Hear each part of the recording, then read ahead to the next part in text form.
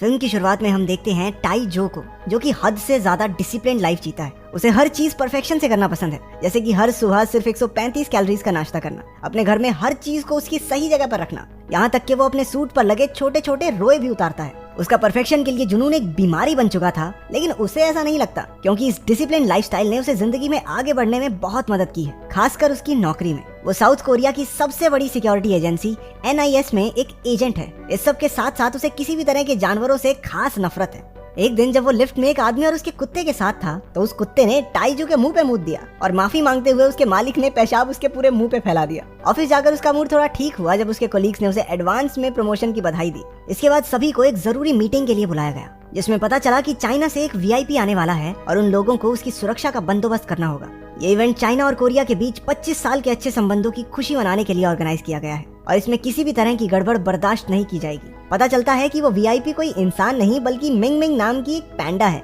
जानवरों से नफरत होने के बावजूद टाइजू इस काम के लिए वॉलंटियर करता है ताकि उसकी प्रमोशन पक्की हो जाए। इवेंट वाले दिन टाइजू ने सुरक्षा के पुख्ता इंतजाम किए थे। कई मिलिट्री डॉग्स को भी बुलाया गया था ताकि इवेंट में किसी भी तरह की गड़बड़ ना हो। टाइजू अपने जूनियर एजेंट क्रोनी से मिला, जो अभी अभी न्यूजीलैंड से लौटा था। उसे इम्प्रेस करने के लिए क्रोनी ने टाइजू को एक पेन दिखाया जो 100 मील के दायरे में थोड़ी देर के लिए सभी बिजली उपकरणों को बंद कर सकता है। क्रोनी वैसे बुरा आदमी नहीं था, लेकिन उसकी किस्मत इतनी खराब थी कि वो हर जगह कोई ना कोई गड़बड़ कर ही देता था। इसलिए टाइजो ने उससे वो पेन ले लिया और ढंग से अपनी ही जगह पर रहने को कहा। थोड़ी देर बाद प्रोग्राम शुरू हुआ और मिंग मिंग स्टेज पर आई। उसे देखकर सब बहुत खुश हुए और उसकी तस्वीरें लेने लगे, लेकिन तभी कुछ गुंडों ने वहां हमला कर दिया। वो अपने साथ स्मोक बॉम्ब्स लेकर आए थे। उन्होंने वो स्मोक बॉम्ब स्टेज पर फेंके, जिससे वहां हड़बड़ी मच गई। मिंग मिंग भी डरकर वहां से भाग ली। क्रोनी ने ये सब देखा और एक गोल्फ कार्ट में बैठकर उसका पीछा करने लगा। टाइजो भी उसके पीछे ही था, लेकिन तभी उन गुंडों ने मिंग मिंग को बेहोशी की गोलियां मारकर गाड़ी में बैठा लिया। टाइजो ने उन्हें रोकने की कोशिश की, लेकिन गुंडों ने उसके पास एक स्मोक बॉम्ब फेंका और उसे चकमा देकर वहां से निकल गए। इससे पहले कि वो उनका पीछा करता, क्रोनी ने अपने गोल्फ कार्ट से उसे टक्कर मार दी। गिरने पर उसका सर जोर से रोड पर लगा। बेहोश होने से पहले उसने एक मिलिट्री डॉग को अपनी तरफ आते हुए देखा। कुत्ते ने उससे पूछा, अभी इमरजेंसी के टाइम पे सो रहा है? सारा डिपार्टमेंट हम कुत्तों की वजह से चल रहा तुम्हारा। जब टाइजू को होश आया तो उसने अपने आप को एक गले का पट्टा पहने अपने घर में पाया। उसे पता चला कि NIS ने स्टेटमेंट दी थी कि कल वाला इवेंट एक ट्रेनिंग थी, ताकि असली इवेंट के दौरान ऐसा कुछ ना हो। लेकिन ये सिर्फ मीडिया से मिंग मिंग के अगवा हो जाने की खबर को छुपाने का एक तरीका था। टाइजू अपने ऑफिस जाने के लिए घर से निकला, लेकिन लिफ्ट में उसे फिर से वही कुत्ता मिला जिसने उसके मुंह पे मूता था। लेकिन आज उसे कुत्ते की बातें समझ में आ रही थी। वो कुत्ता खुद से बात कर रहा था कि आज फिर से मौका मिल जाए तो मजा आ जाए, इसी के मुंह पे हल्का हो जाऊं। वो जल्दी से एक दुकान पर गया और बढ़िया खाना और कुछ दवाइयां ली, ये सोचकर कि शायद वो बीमार हो गया है। लेकिन उसके होश तो तब उड़े जब वहाँ पालतू जानवरों के सेक्शन में एक चूहे ने उसे खुद को खरीदने के लिए कहा और उसके साथ वाले कंटेनर में बैठा है जॉग तो कहने लगा कि इसे छोड़ के मुझे ले चलो अंकल, मैं बहुत बढ़िया हूँ, मेरे पे 500 रुपया ऑफ भी है। टाइजू जल्दी से वहाँ से भाग गया। ऑफिस में पहुंचकर उसने फिश टैंक में तैर रही मछलियों को उस पर हंसते हुए सुना।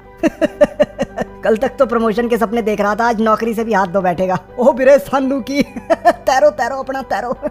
टाइजू ने चौंक कर अपने बॉस से पूछा कि क्या उसे नौकरी से हटाया जा रहा है, जिसने जवाब दिया कि वो उनके सबसे अच्छे एजेंट्स में से एक है, वो भला उसे क्यों हटाएंगे। लेकिन जब मछलियां चुप होने का नाम ही नहीं लेती तो टाइजू जोर से उन पर चिल्लाया। सब उसकी तरफ असमंजस में देखने लगे। उसने अपनी डायरेक्टर को बताया कि वो जानवरों की बात सुन सकता है। डायरेक्टर को लगा कि उसके सर पर लगी चोट ने कुछ गहरा असर किया है और उसे कुछ दिन आराम करने को कहा।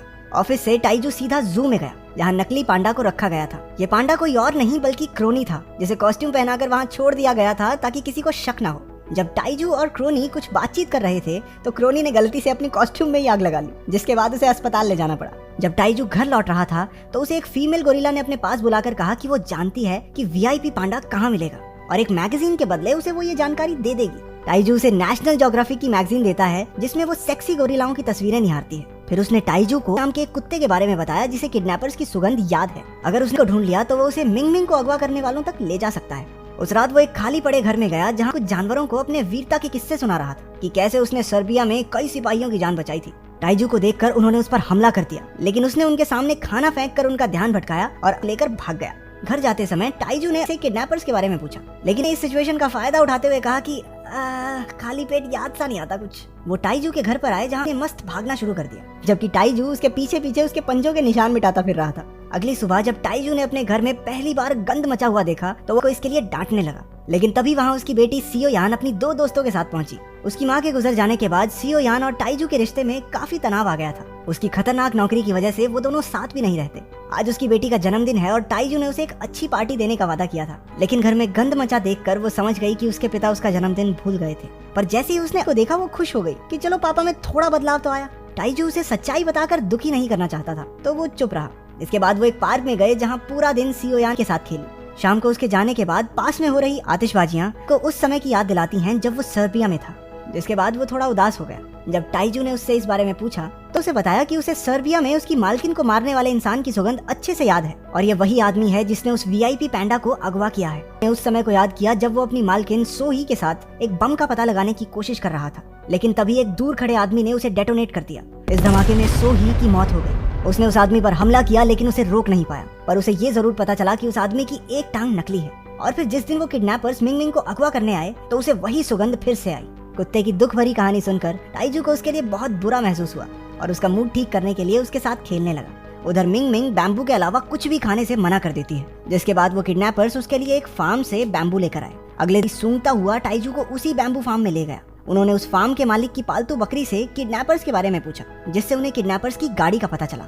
थोड़ी और छानबीन के बाद उन्हें एक बायोटेक कंपनी के फाउंडर मैनसीक पर शक हुआ। उसकी तस्वीर देखते ही ने उसे पहचान लिया और कहने लगा कि यही मिंग मिंग का किडनैपर है। वो उसकी कंपनी के हेडक्वार्टर्स में गए और पता लगाया कि वो जल्द ही एक नया प्रोजेक्ट शुरू करने वाला है, जिसमें वो एक पैंडा के जीन्स का इस्तेमाल करके एक नई स्पीशीज का इजाद करना चाहते हैं, जिसे इंसान पालतू जानवरों की तरह अपने पास रख सके। और इसी वजह से उसने मिंग मिंग को अगवा करवाया होगा। टाइजू ने मैनसीक और उसके बॉडीगार्ड्स पर हमला किया और उसे गिरफ्तार करके पुलिस स्टेशन ले गया, लेकिन गलती से वो पीछे ही छोड़ाया। एनआईएस की डायरेक्टर ने टाइजू से पूछा कि वो किस बिना पर मैनसीक को गिरफ्तार करके यहाँ लाया है, पर वो कैसे बताता कि ये सब एक कुत्ते ने उसे बताया था। उनकी छानबीन में पता चला कि किडनैपिंग के समय मैनसीक कोरिया में था ही नहीं और बिना सबूत के एक आदमी पर हमला करके उसे गिरफ्तार करने के लिए टाइजू को उसकी नौकरी से हटा दिया गया। एनएसआई हेडक्वार्टर से छूटते ही मैनसीक सीधा उन लोगों के पास गया जिन्हें उसने मिंग मिंग को अगवा करने की सुपारी दी थी। हमें पता चला कि दिमित्री नाम के एक आतंकवादी ने मिंग मिंग को किडनैप किया था। तो धोखा इसलिए लगा क्योंकि दिमित्री ने अपने चेहरे पर मैनसीक का एक हाईटेक मुखौटा पहना था। उस पैंडा को अगवा करने के बदले उसने मैनसीक से ऐसे कैप्सूल बनवाए थे जिन्हें अगर किसी को खिला दिया जाए तो एक रिमोट का इस्तेमाल करके दूर से ही धमाका किया जा सकता है। जो मैनसीक का पीछा करते हुए वहाँ पहुंचा था, उनकी बातें सुनकर सारी सच्चाई समझ गया। उसने मिंग मिंग के पास जाकर उसे दिलासा दिया कि कोई नहीं चाची, आएंगे तुझे बचाने। इसके बाद वो भागता हुआ टाइजू के घर गया और घंटी बजाकर दरवाजा खोलने को कहा, लेकिन टाइजू को अब उस पर बिल्कुल भरोसा नहीं था क्योंकि वजह से ही उसकी नौकरी गई थी। मिलिट्री वाले वहाँ से ले गए और ये तय हुआ कि ऑर्डर्स फॉलो ना करने की वजह से उसे मार दिया जाएगा। जब सीओ यान से मिलने वापस आई तो उसे पता चला कि टाइजू ने उसे छोड़ दिया है। अपनी बेटी को दुखी देखकर टाइजू ने को बचाने का फैसला लिया। वो मिलिट्री के डॉग शेल्टर में गया और उसकी जान बचाई। टाइजू को उस गोदाम में लेकर गया जहाँ किडनैपर्स ने मिंग मिंग को रखा था। उन्हें वहाँ क्रोनी भी मिला जो जॉगिंग करते हुए रास्ता भटक गया था। टाइजू जानता था कि इसको अंदर ले गए तो मरे, इसलिए उसने सख्ती से उसे बाहर ही रहने को कहा। तो टाइजू चुपचाप गोदाम में दाखिल हुए। टाइजू ने एक इलेक्ट्रिक गन से बहुत सारे आतंकवादियों को ढेर कर दिया। दिमित्री और उसके बीच में लड़ाई शुरू हुई। दिमित्री उसे मारने ही वाला था, लेकिन ऐन मौके पर वहां आकर उसकी जान बचाई। वो मिंग मिंग को लेकर वहां से जल्दी से भागे। पहाड़ी पर चढ़कर उन्होंने वहां रखे बैरल्स को उनका पीछा कर रहे आतंकियों की तरफ उड़ेल दिया। एक बैरल के साथ क्रोनी भी नीचे चला गया। वो तीनों सारी रात भागते हुए एक हाईवे पर पहुंचे। मौका देखकर वो एक बस में चढ़े जहां टाइजू ऐसा दिखाता है कि मिंग मिंग एक इंसान है जिसने कॉस्ट्यूम पहनी हुई है। उधर गोदाम में मैनसीक उस पैंडा के गायब हो जाने की वजह से आग बबूला हो रहा था, लेकिन जब उसने दिमित्री के साथ बेइज्जती से बात की तो आतंकियों ने उसे जबरदस्ती वो विस्फोटक कैप्सूल खिलाकर एक कमरे में बंद कर दिया। दरअसल दिमित्री का असली प्लान ये था कि वो मिंग मिंग को एक कैप्सूल खिलाकर वापस भेज देगा, क्योंकि जल्द ही वो पैंडा एक ऐसे इवेंट में जाने वाली थी जहां चाइना और कोरिया के बड़े बड़े लीडर्स भी मौजूद होंगे और वो उस कैप्सूल का इस्तेमाल करके उन्हें मारना चाहता था। आतंकियों के बाहर आ जाने के बाद गोदाम में एक जबरदस्त धमाका हुआ, जिसका मतलब ये था कि वो कैप्सूल जो उन्होंने मैनसीक को खिलाया था फट गया। टाइजू ने एनआईएस की डायरेक्टर को अपने घर बुलाकर मिंग मिंग से मिलवाया। उसके घर में वो सारे जानवर मौजूद थे जिनसे उसने अब तक बात की थी। वो मिंग मिंग को सही सलामत गाड़ी में बैठाकर इवेंट में ले गए। अब एक अजीब सी स्मेल आती है। वो उसे सूंघते हुए जा रहा था कि अचानक से दिमित्री के लोग आए और उसे उठाकर ले गए। टाइजू ने उन्हें देख लिया लेकिन रोक नहीं पाया। उसने घर जाकर तोते से को ढूंढने के लिए कहा।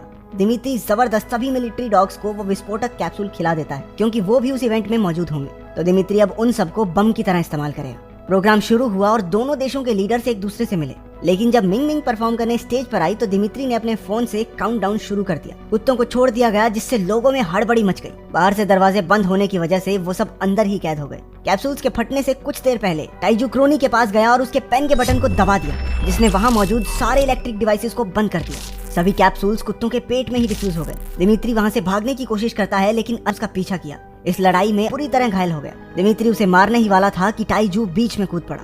गोली टाइजू को लगी। अगले दिन जब वो अस्पताल में उठा तो उसे पता चला कि जानवरों के अस्पताल में है। वो उससे मिलने गया लेकिन पहले ही मर चुका था। दोनों बाप बेटी लिपट कर रोने लगे, लेकिन डॉक्टर ने आकर बताया कि वो बस सो रहा है। आखिरी सीन में हम देखते हैं कि अपनी वीरता के लिए को NIS की डायरेक्टर एक मेडल से सम्मानित